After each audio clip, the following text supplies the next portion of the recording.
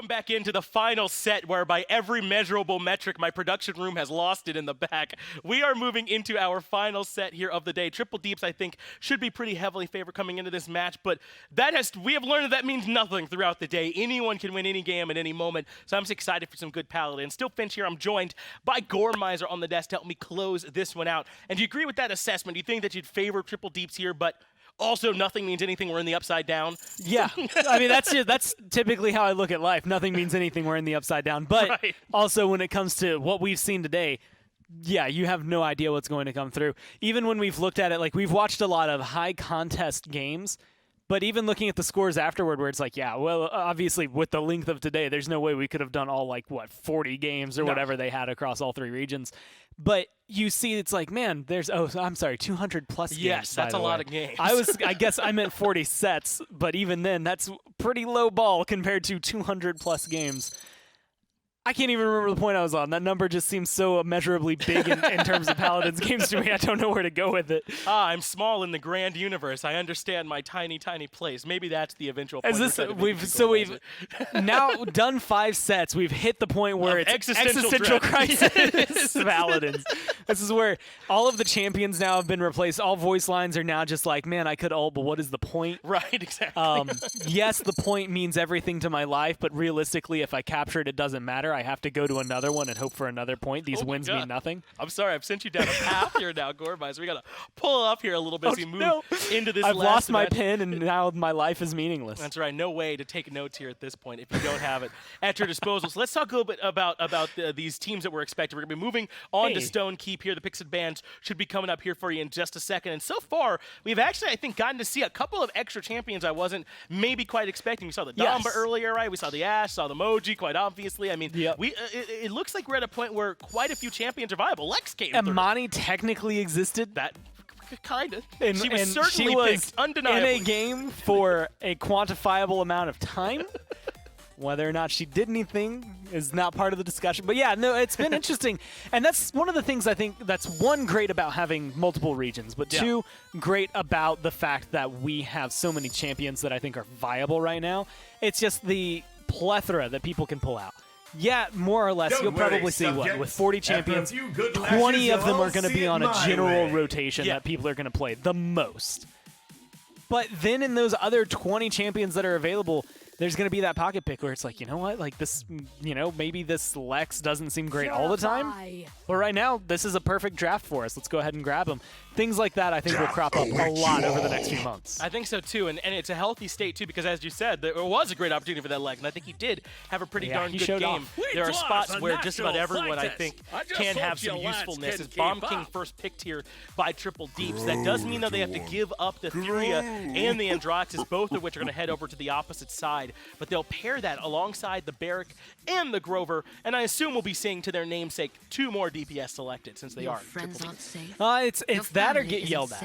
And you know what? I don't know which one they want to deal with. I like it when they, if you're going to organize yourself there. We have seen them run like a more standard composition, double frontline, double DPS. But actually on Stone Keep, I wouldn't be surprised if that's something they pull out. Triple DPS works here as well. When I think triple DPS, though, my mind almost immediately jumps to like Shattered Desert. That's a place where it's always going to do well. Fish Market, it's always going to do well there. Well, there you go. But hey, they're going to pull it out here, and I expect it to look good. Yeah, Bomb King, Buck, and Viktor, you will not be wanting for damage at all by the end of this game that I would imagine. A lot of work for Barik on that point in the Grover to try and keep them topped off. But it's a Torvald coming through. We don't get to see much Torvald. He often gets banned. It's so weird that I think in the 5 sets before this, he's been banned almost every single game. And then this game, he makes it through. I don't even notice it, and he goes 10th pick. Now, like, on top of all of that, like, so many things just lined up to be wrong there, but it feels so right. I'm excited to see him. I am excited to see him as well. We don't often get to, but Torvald gonna have his way here in this game. Dawson, look alive for me, man. It's game 1. I appreciate it, Finch. Game 1. Oh my, Triple Deep Squid Squad about to kick off. A jolt of energy strikes through me, and it's Torvald finally getting locked in. His 100% win rate is going to be put to the test. And I think this is a great look for Squid Squad because of how they did this. This is homework to me, homework that has been done.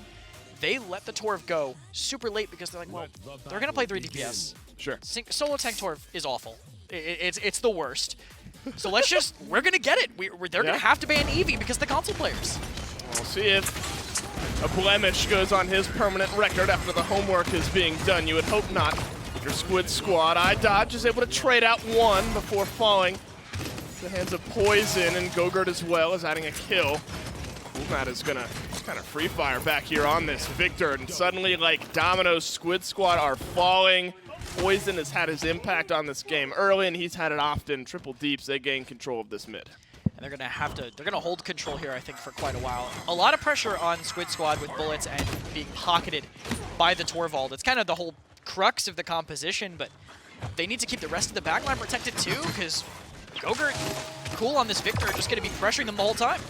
It's a good turnaround there from iDodgeBulletz, able to grab the kill. 60% is where Triple Deep seemingly will level off here. As Gogert's able to kind of put in a saving grace kill towards the end before TMAC turns around. And yeah, we bring up the 100% win rate on that Torvald, but Vivian, much more often picked, is sitting at like an 83, which is crazy to me. Yeah. And I imagine TMAC is going to have something to say about this game. Yeah, he's going to do his best for sure to keep that win rate as high as possible. So strong at just stalling aggression, but Triple Deeps are just going to be waiting a lot of the time. They need some aggression right now. 90% for Squid Squad. They do have a couple of kills on their end and now make it a third, as there are 2 members left in range here and down to 1. And with a good zone, that could be the end of this mid fight. Triple Deeps does have the barrage. Squid Squad just maybe within range, but I don't think so. Torvald does not have any gap closing, and that's point number 1 after a bit of a back and forth to Triple Deeps. Once they had their positioning, I don't think there was any way for Squid Squad to make it back in. Triple DPS as a composition is just so good at drawing fire, and Amos so aggressive. Whoa. That reminds me of old Amos on Inara, but Mother's Grace this time into the treacherous ground. They're falling apart. Yeah, I'm not sure you want to draw that much fire all to yourself, all at once in the middle of a seismic crash, if you're that Inara. Unfortunately, a little bit too much damage all at once drops her down. 4 members streaking out now for Triple Deeps. They have some ultimates to boot. Dome Shield coming up soon. This one starts moving quickly. A second try at that seismic crash is going to drop down here. Ghogert connects back to the side of iDodgeBulletz, who's going to do his best to reverse some of it, and that's the Buck Wild now. That results for 1 more kill onto Amos here. Ghogert pushing him right back into base. Healing not enough this time to keep that Buck alive, but Triple Deeps is staggered out 1 for 1. Maybe a win, though, for the defense. The way that Ghogert played that was great because he used the lead for Peel, and he's going to be the off-tank when they do run. Yep. In the rare occasion that they run 2 tanks, he is the one on it. So having that Peel potential even in a DPS is kind of huge because you make up the difference, what you're losing out on. And I think that was a well-timed whirlwind as well, as Poison was very close to falling there, but enough healing from the Grover keeps him in the fight. Ghogert losing this duel with the Torvald, and Apxche does end up falling there. There was some healing maybe in range anyway, but Payload in the meantime, it's been inching closer. Dome Shield used, King Bomb still ready as well as the barrage, but I'm not sure anyone from Squid Squad wants to jump down. Inara was back respawning, Torvald had just come up. That's a successful push, good for the 2-0. With the timing of the deaths for the tanks, it was just impossible to take it, especially against Triple DPS. Yeah. There's just no way for them to walk into a BK and a Viktor just on different sides of the map free firing at you. It's just too much to have to go through, and it is crazy how well they play this composition. It's basically all they practice. We've seen them play double tank once or twice, ever. And they play this so well. It is definitely something that they've proven that can work on any map. They play it anywhere, everywhere. They played on Frog Isle, which to me was always the quintessential 2-2-1 map, and they make it work. Well, I just took a quick look at Cool's loadout on that Viktor. What do you make of firing stance 5? Is that something you often see kind of at the top, the extra movement speed when aimed down sights? Not at 5. We usually see it at 4, but he's running both the important cards at 5, so that's what matters. That is what matters, and Poison is going to roll through the King Bomb. You hope to at least find a stun if you're going to fall, but he stays alive. Not before iDodge turns around some good killing, and you blinked, you missed this one. Squid Squad melted away. You get 1 kill for your Androxus, but a triple kill from that Buck shuts this one down. And you're knocking on the door of a 3-0 up to 30% on this point. Especially trying to take into all these people. But I don't know if they saw the Vivian. Looks like they did now, but oh my, yeah, they gets did. absolutely deleted by Cool and Ghogert holding on the sides. And it's all on Torvandy to keep pressure up now. That was like 6 headshots thanks to the double burst. There is somebody back in range to contest this point. You're going to need a little bit more. iDodge locked down. Poison takes those free shots any day of the week.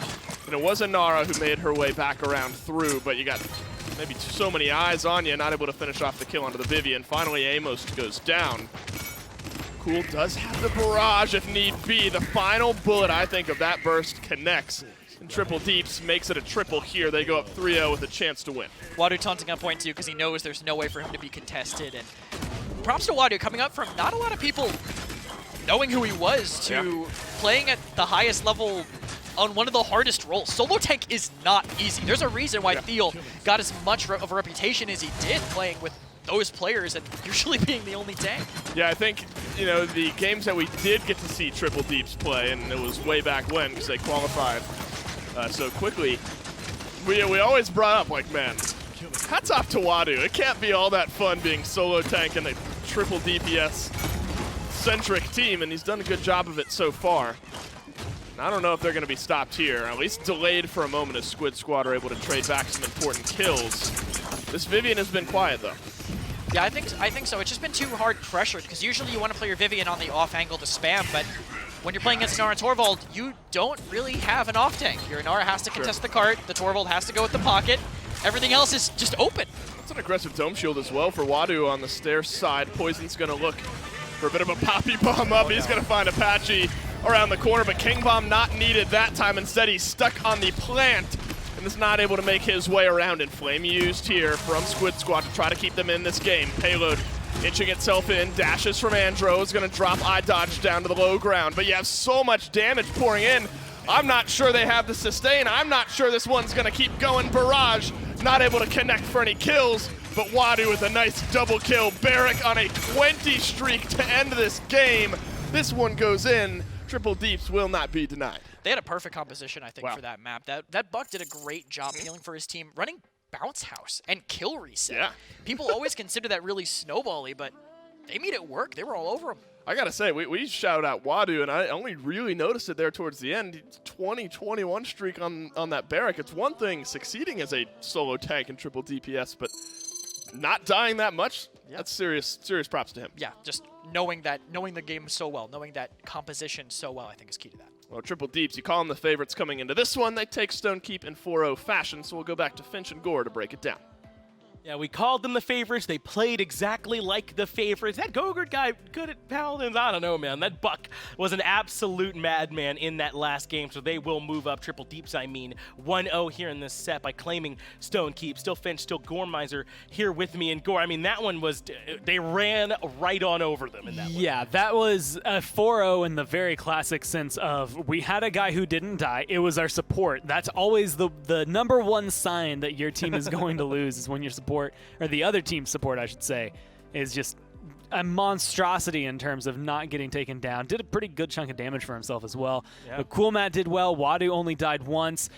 Ghogert and Poison were just leading the way. Ghogert, I think, in terms of finalizing kills, and Poison in terms of knocking people down to make it easier for Ghogert to then go finalize kills. You know, you're exactly right, man, and they made such a great combination, like a 1-2 punch, especially on that Viktor, man. Once he was able to get that top position inside the keep, it was so difficult for anyone on the side of Squid Squad to step out as well. He had the burst fire going, and he was perfectly hitting his shots, not letting anyone step even a little bit of a step beyond that cover. And between the two of them, either someone was diving you or you couldn't step into the lines of sight. Either way, there were no options. I mean, it's the perfect kind of composition. And the reason triple DPS works in so many of the ways is that instead of the off tank, now you have two just high damage dealers up there killing you off before you can do anything, and then a core in the other area where it's just like tank, support, DPS to make sure everything's still under control.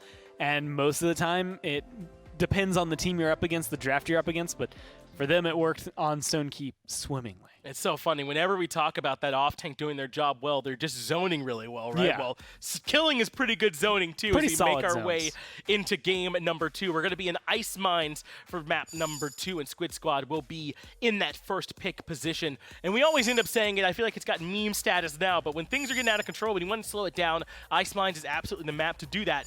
You hope that maybe Triple Deeps have a hard time kind of just running it at you in Ice Mines. Right? I mean, honestly, after that last map, yeah, this is exactly where you want to go to try and keep things at your pace. But the thing about Ice Mines is some teams, specifically in North America more than anything, but a lot of teams, especially in the high end, know this map well. And they know it well enough to find a 4-0 on it, even though it's a slower 4-0, but it's still a good, solid win for them. And they grab Bomb King first. I think Squid Squad has like an idea in their mind. I want to see if it translates to actuality for them, because I think they have the potential to, especially with a draft like this, absolutely find themselves a 4-0. Yeah, I think getting this Raum here was pretty strong for them. I'm actually a bit surprised it went this far without getting grabbed, but Squid Squad happily took it here in that 5th overall position, and it should do a pretty good job. Raum has been such a disruptive force all day long. No one is willing to commit as much resources it takes to kill Raum all day long either. I think they've got a good chance here to slow this one out. I like the way Grover works on this map. I like the fusion he has with Barik. Koga, I'm on the fence about. The fact that he went over Raum is kind of blowing my mind, but I don't know how I feel about him. I think Cassie's going to be good. If they lock in another triple DPS here, it honestly could be anything, and I think it's going to be able to go fine on this map. But Vivian, Jenos, Bomb King plus Raum, I don't know, Squid Squad have a really deadly lineup for Ice Mines. They absolutely do, don't they? It's going to be difficult for Triple Deeps to make it work, but of course they're going to stick true to their namesake here with this draft, with that Zhin, the Cassie, and all that damage on their side. Let's see if it works, if Squid Squad can slow them down. They had plenty of damage on Stone Keep to grab themselves the win, moving into Ice Mines, so Kresnik. It's hard. You see how convincing Game 1 was, a clean 4-0. I think despite maybe an advantage in the draft, it's so hard to, I think, bet against the guys that we see on Triple Deeps. But I do think the talent is there on Squid Squad to make good on this good draft. Agreed, and I think they have a decent comp for it. They have the Raum, who's going to live through the guillotine because of the soul armor, going to make a lot of space. They have the Nando, who can use Immortal to live through the guillotine as well and counter almost any ultimate from the other side, but they have to get ultimates first, and we have to find out if Triple Deeps will even let that happen. What?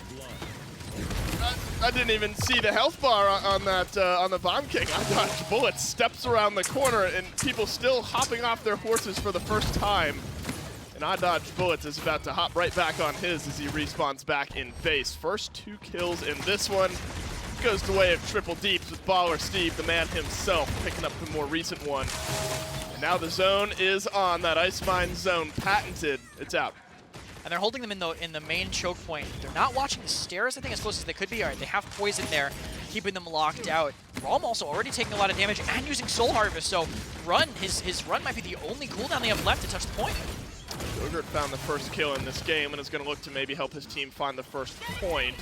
They step off just for a second, realizing that maybe winning the fight is a touch more important. That's the charge up from Apxche used, and he's going to charge his way right back. He's got to turn around and get a touch on this point. Knocked back, killed off. BallerSteve puts him in the dirt, in the snow rather, as Triple Deeps grabs point number 1. Them relying on Grover when the main pocket healers aren't available is really smart, because Grover at this point is practically a 5th DPS. Yeah. They basically have so much damage on their roster, especially by also having the Barik, that he's able to put out a lot. He's only 700 behind the Raum, and when Grover has time to poke and prod, he's able to get pretty far up there on the damage charts with his team, and the root on the Raum is going to make that almost a free kill. We were wondering if the 100% win rate of Grover would go away in map number 1. It did not, and he's around a 25%, I think 23 was the metric, so call it a quarter of the time. He wins the game every time he's picked up. So looking good here for Triple Deeps already. 5 streaks burning away for all 5 members. Nobody has died yet for Triple Deeps, and nobody has gotten a kill, therefore, for Squid Squad. Crazy how that works. You know, it is wild, right? If the other team doesn't get any kills, you probably don't have any deaths. It's kind of wild, right? Stats are weird, and the stats are going to look even weirder after this goes in, I think, because Triple Deeps are just all over them right now. Yeah, I'm not sure. In the brief second we take to give you a nice bit of stat, the payload has made its way almost entirely in here, and no large... Oh my. I don't know. We got deep-rooted. Thought about moving out and locked down, but stays the same. 0-2 is the least attractive slash line for Squid Squad here. Still no kills, and that is methodical dismantling here from Triple Deeps. interesting choice to run Skywarden 4 on Cassie. I really haven't seen that card coming around a lot lately. It's 175 per level, so it does give you a respectable amount of healing if you want to use it, but it's not one that you really see much at all lately, but it's clearly, I think it's actually 125. Sorry, 125 per level. You don't see it a lot, but it's a lot to the self-sustain for the Cassie. And it's kept Ghogert alive throughout a lot of duress here. This is the mid fight to maybe turn things around if you're Squid Squad. You now have the fast cap on your side.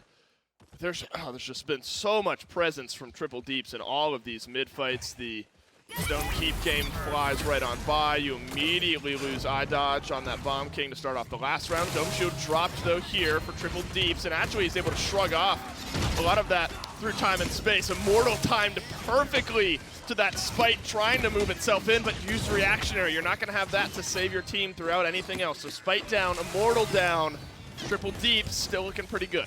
That was a great response by Amos, but now they didn't have it to pair with the King Bomb because he had to use it to stay alive, so King Bomb only goes halfway in, and that gets Bullets killed. And now Bullets and Fernando, Amos, both down here as rKuhl has found his way on the high ground and grabbed himself a nice double kill.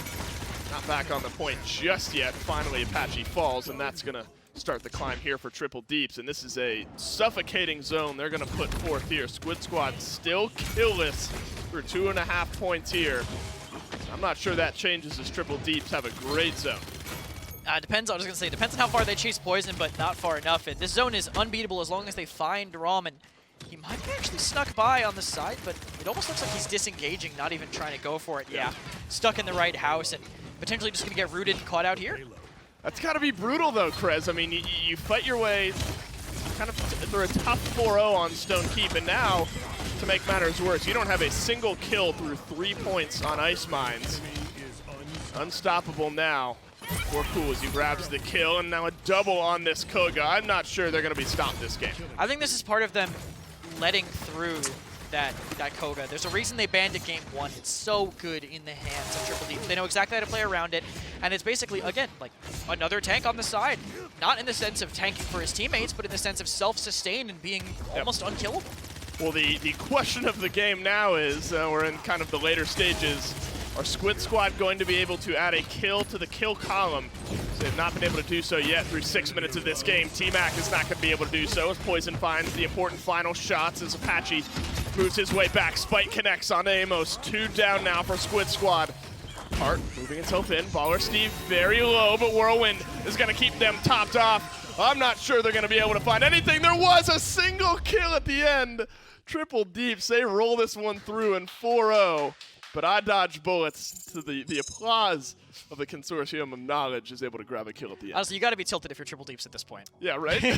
you gave up that kill. It's a goalie in hockey. You're winning 6-0, and then you let one slide through. And your team will never let you live it down. Right, and maybe you shouldn't, but I still think that is such a dominant performance from Triple Deeps. Ice Mines has traditionally been so back and forth, but that composition, it works plentiful there for them. Finch, break it down. Wow, not a whole lot to break down. Very, very little worked for Squid Squad in that game, and everything that Triple Deeps tried absolutely was met with success. And that's on Ice Mines, where it very rarely looks like what we just got to see just now, with only 1 kill coming through from Squid Squad. That is rough, man. They never got anything working. 1 death total throughout all of that. Who was it who dropped? Wadu. Oh, you know what? That's honestly if it's the one person that's supposed to die on your team that dies, that's perfectly fine for it. I don't know who to give more credit to on this team. I think Ghogert at the very beginning did a ton on this Cassie to open up a lot of doors. Yeah. rKuhl went huge in the second round. It's not like they gave me a lot of minutes to break down here. They all did incredibly well. But rKuhl is the one that I would probably look at the most, just because this was a pick that, in my eyes, I was just kind of like, I never know how I feel about Koga. Even when he's been like #1 pick, I'm still like, do I like him or not? And this was one of those things that justifies, not only does Triple DPS know what he's doing, but in the right hands, he can absolutely control a game. Well, a really impressive game number 2 there. And if you're Squid Squad, you got to pull out all the stops for game number 3 as you're about to move into those picks and bans. Yeah, you need it. We're going to be at Jaguar Falls here for this one, I believe, too, Gormizer. So this is a nice map where you definitely can turn things around. You can kind of stay in those matches a little bit better. But so far, I mean, it's kind of hard not to just say what we've seen so far, right? Triple Deeps have just been the better-looking team so far. Squid Squad really got to show us something impressive to turn it around here. And I think it's interesting to see them. The way they've adapted to this set has been just different than what I would expect from anything else, because Koga banned the first one, runs rampant in game 2, so yeah, makes sense, ban him. Zhin did well enough and is good enough on this map as well that it's like, okay, wait, some things translate over. Let's get rid of this and deal with it. So you get a master and an apprentice banned. Yeah, I wonder if going into the pool of deeps is maybe the wrong idea. Should they maybe not? Yeah, they kind of have a lot to choose from. Yeah, should they not try and go to the other end and cut off the few good, viable solo tanks in the game, right? They've let Wadu play Barik every game here so far very comfortably, right? And he's chilling. He's like, I've got chilling. 2 games and 2 deaths. Count them on this Barik. So he is perfectly fine picking it up for a 3rd one. This is one where, in my mind, I want to say he's more likely to die a little bit more often than once, but Jack Falls, the way the point fight is laid out, works well for him to place his turrets up and use them as healing stations for himself. It does set himself up to have a lot of self-sustain and a lot of cover for him, so I like it once again. Andro, Vivian, it looks good on him. We've seen a lot of Grover support from Triple Deeps, but this time it'll be the Furia with Jenos picked up first overall for Squid Squad. Add that Maeve in there, and I kind of like this tool. Midnight might slow down some of those pushes that they've been looking for, but then they add in their own Skye to it, and they'll stick with the triple DPS in all 3 games. You know, I want to say, like, my initial reaction to this, which is like I never know how I feel about Skye, but based on the way they just played Koga, I'm down with it. And we'll see if it'll work. Game number 3, Dulcin, take it away. Happy to do it, and Triple Deeps, they seem to like putting those 100% win rate champions to the test. They've done it twice with Grover and have made good on it, and now they got the Skye at a 13% pick rate, still at a 100% win rate. And I don't know, they've won 8 straight points. The solo tank has only been killed twice in 2 games, and one of those was the only kill that they were able to find in the previous game. I'm not sure, Krez. This is one that Triple Deeps, they're looking very comfortable in. Squid Squad, they have a lot of ground to make up. Like Gore said earlier, this is a map where they're at least more likely to die, but they're going to have a lot of sustain, a lot of healing.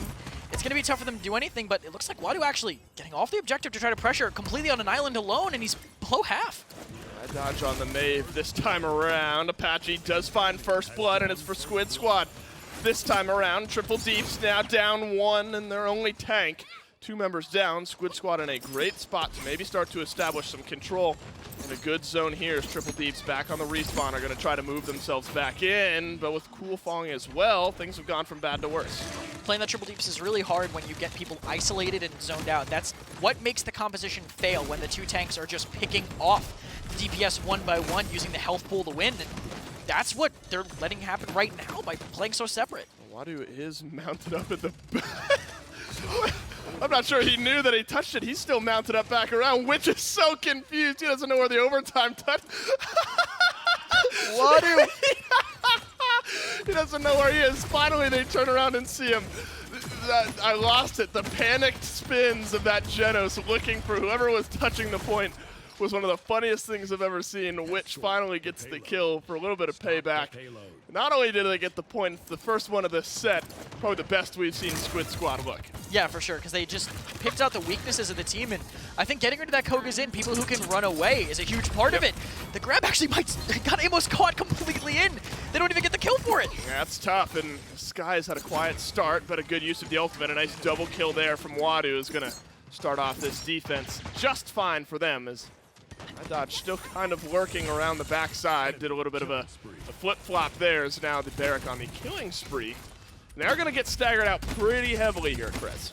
Yeah, but they don't even want to stagger Apxche. Just let him go down. It's hard to tell when Raum is going to be able to get away, right. So don't worry about that too much. And they don't want to move too far. They want to stay close because they don't want to let what just happened happen again. They don't want people to take unfair fights, and because there's a fair fight that rKuhl just lost.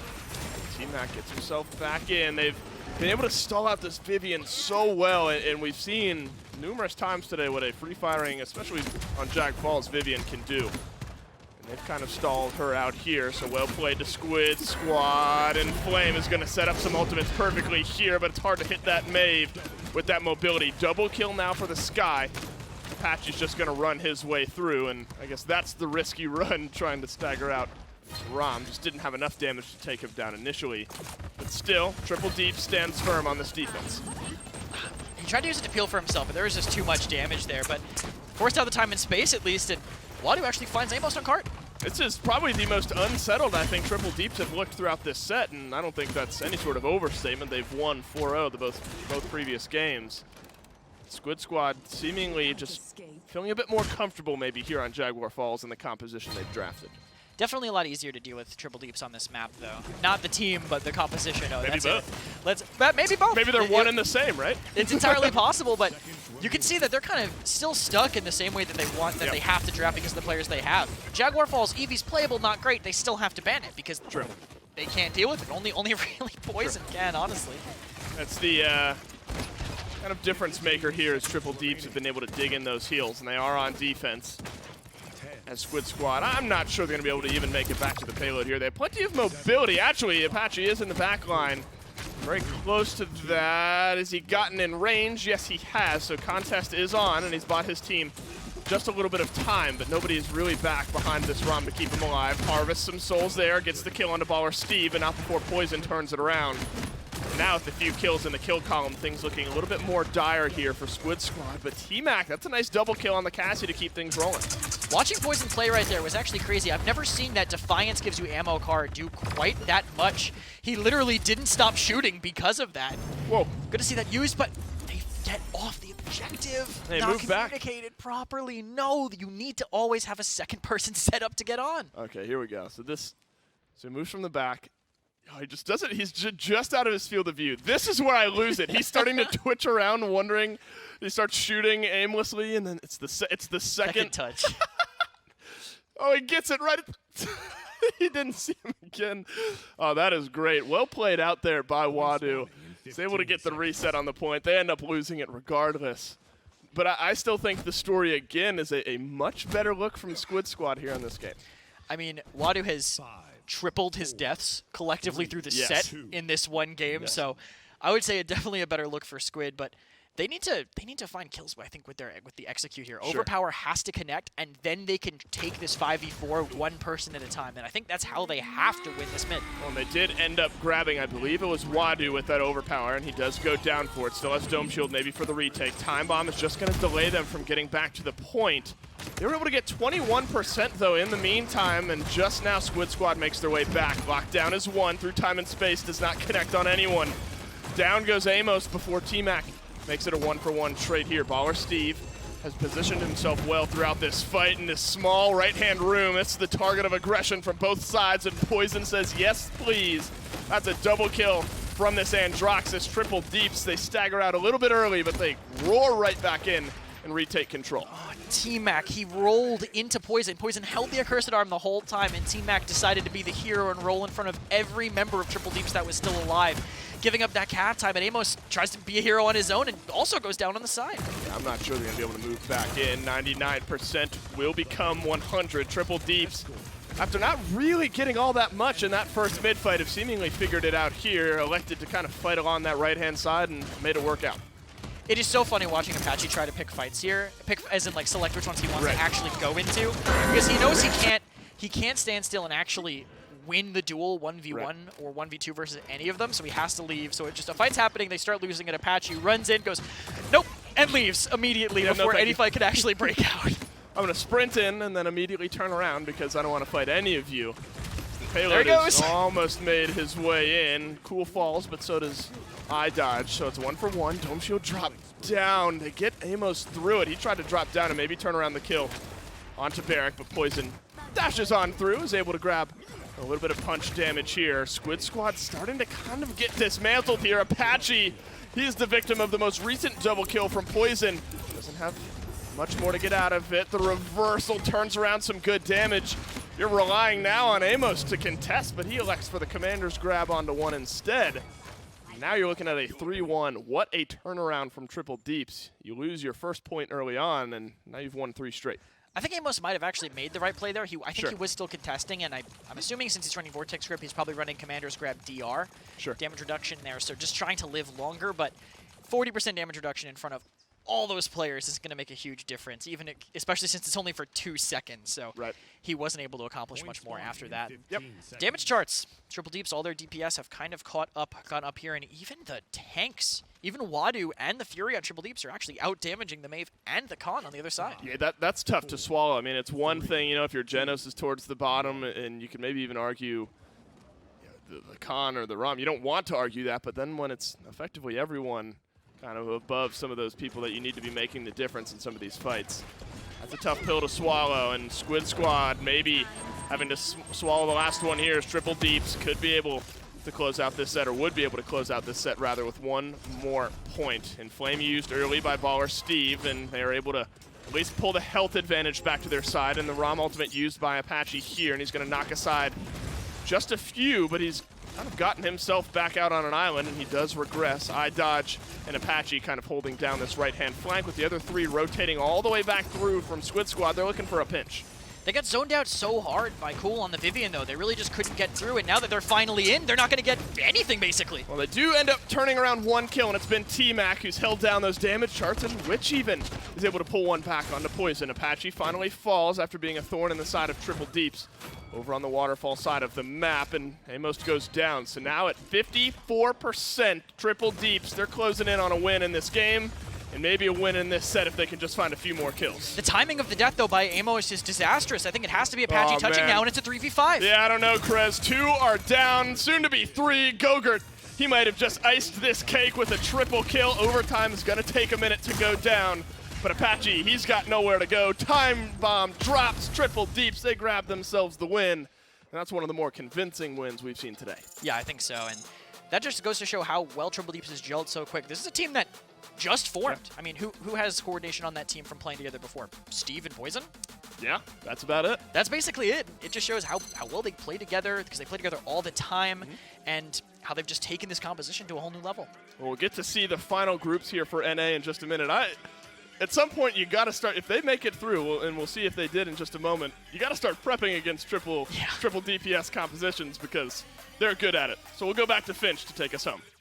That's a good point. They're not going to be catching anybody by surprise if they are indeed able to make it into the PPC proper with that Triple Deep strat. So you got to imagine that the best of the best will be getting prepared for the right ways to deal with that. Still, Finch and Gormize, we're going to close this day out for you as Triple Deeps just took a dominant win. I'd like to argue that they shouldn't be taking anyone by surprise with a triple DPS strategy. Not even now. Given their name, where they're just kind of like, they just tell you up front, hey guys, this is what's going to happen. Yeah.